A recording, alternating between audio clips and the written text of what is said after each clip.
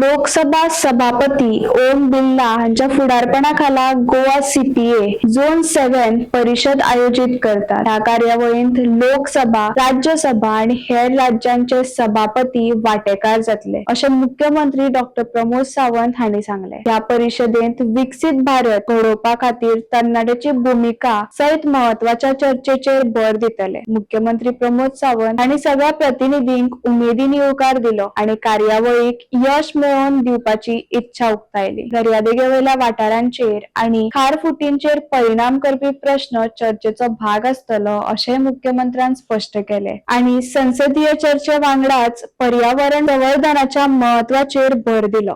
CPA conference Lok Sabha जी ओम बिर्लाजी हांच्या अध्यक्षतेखाली CPA zone 7 ची कॉन्फरन्स गोंयांत जाता. लोकसभा स्पीकर, राज्यसभेचे सभापती आणि गोंयांत आयिल्ले बाकी सगळे स्पीकर आणि लेजिस्लेचर हांचे गोंयांत खूब खूब स्वागत करता. खूब बरें दिसता की the role of youth in the विकसीत भारत हाजेर डिबेट जावपाचें आसा. सगळ्यांचें पार्टिसिपेशन जातलें, त्या खातीर हांव ताका सगळ्या जाणांक शुभेच्छा दिता. आणि इतक्या मोठ्या प्रमाणात पयलीच फावटी सीपीए कॉन्फरन्स गोंयांत ऑर्गनायज केली.